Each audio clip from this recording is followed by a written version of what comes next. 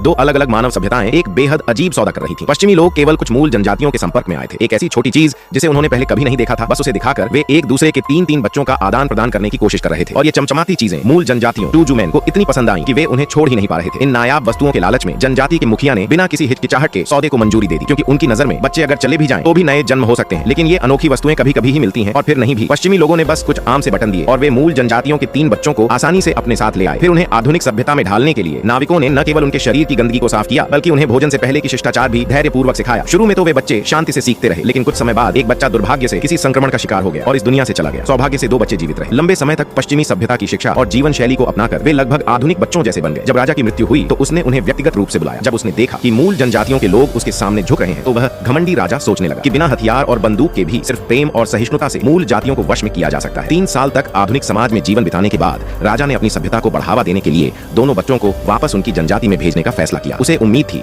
कि वे उनके जनजातीय समाज तक इस परियों की कहानी जैसी सभ्यता को पहुंचा देंगे, लेकिन उसे यह अंदाजा नहीं था कि जब वे दोनों बच्चे अपने गंतव्य की ओर जा रहे थे तभी एक चौंका देने वाला दृश्य सामने आया।